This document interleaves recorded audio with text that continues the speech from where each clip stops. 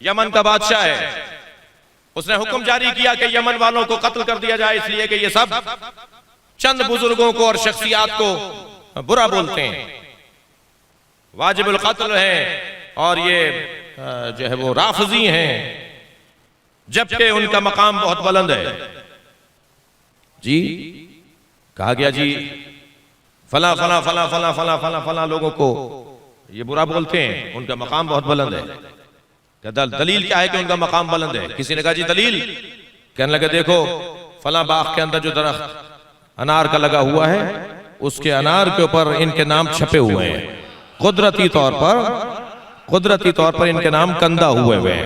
अगर अल्लाह इनसे प्यार ना कर रहा होता, अगर अल्लाह के नजदीक इनका मकाम नहीं होता, तो ये दरख्त अनार के ऊपर इनके नाम लिखे हुए हैं। जी बुला लिया गया, मुहम्मदून सलासा, 3 मोहम्मद नामी हमारे मुज्तहिदीन उस वक्त में, बताओ जवाब दो। जाके देखा साहब अनार के ऊपर वाकई कुछ नाम लिखे हुए हैं, ये तो अल्लाह ने नाम लिख के भेज दिया अनारों पर, तुम इन्हें बुरा बोलते हो। इन्होंने कहा जी हमें 3 दिन चाहिए, हम 3 दिन के बाद आपको जवाब देंगे।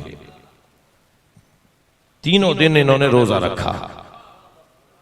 मैं एक आरिफ की खिदमत में था, जब कोई बहुत बड़ी अजीम हाजत होती है तो उरफा का दस्तूर है कि वो रोजा रखकर दुआ मांगते हैं।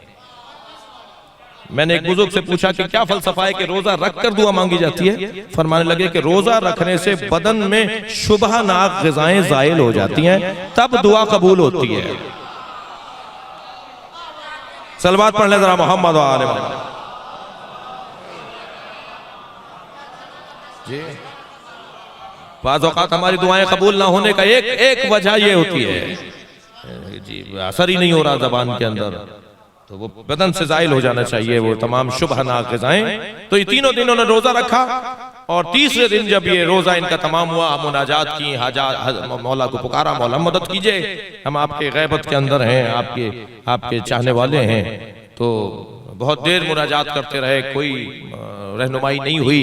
तो तीनों उठे के चलते हैं सहरा में, फिर इमाम से इस्तग़ाज़ा करते हैं कि सामने से एक मुसाफिर को आते हुए देखा, जिसका हुलिया इन्हें बता रहा था कि तवील सफर से लौटने वाला है। तो उसने सवारी से उतर के इनसे पूछा कि तुम परेशान लगते हो? कहाँ हमारी परेशानी है, मगर हम उसी से जाके पूछना चाहते हैं जो हमारी परेशानी दूर करेगा। कहने लगे जी मुझसे बयान करो। क्या नहीं आपसे बयान हम क्या करेंगे? क्या नहीं बयान करने में कोई बात नहीं है और कोई ऐब नहीं है। और जब बयान किया गया तो उन्होंने कहा जाकर उनसे कह दो कि ये सारा जो दिखाया बताया गया है ये धोखा और फरेब है। और ये धोखा और फरेब इस तरह से है कि इस बादशाह का फलां वजीर है, उसके घर में फलां संदूक है और संदूक में सांचे रखे हुए हैं। जब ये फल छोटा होता है तो उस पर ये सांचा चढ़ा देते हैं, जब उस पर नक्श आ जाता है नामों का तो सांचा उतार देते हैं। अब जब फल बड़ा होता है तो उन्हीं नामों के साथ बड़ा होता है, वो नाम इसी तरह बड़े होते चले जाते हैं। तो जाकर फला जगह, और ऐसे जब जाकर देखा गया तो वहां से संदूक में से वो सांचा निकला जी, जो चढ़ाया जाता था फलों के ऊपर, और इस तरह से। तो जब वो बता के जाने लगे तो उन्होंने कहा कि जी आप कौन हैं? कहने लगे मैं वही हूं जिन्हें तुम 3 दिन से पुकार रहे हो। तो मोहम्मदून सलासा ने आगे बढ़कर कहा कि आप तीसरे दिन आकर हमें क्यों बता रहे हैं? हम तो 3 दिन से आपको पुकार रहे थे। कहने लगे तुमने 3 दिन की मोहलत क्यों मांगी थी?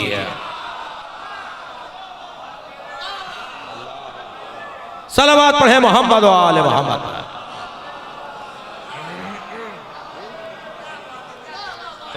तुमने अगर कहा होता कि 1 दिन चाहिए, हमें 1 लम्हा चाहिए, तुम्हारा खुद ईमान 3 दिन का था।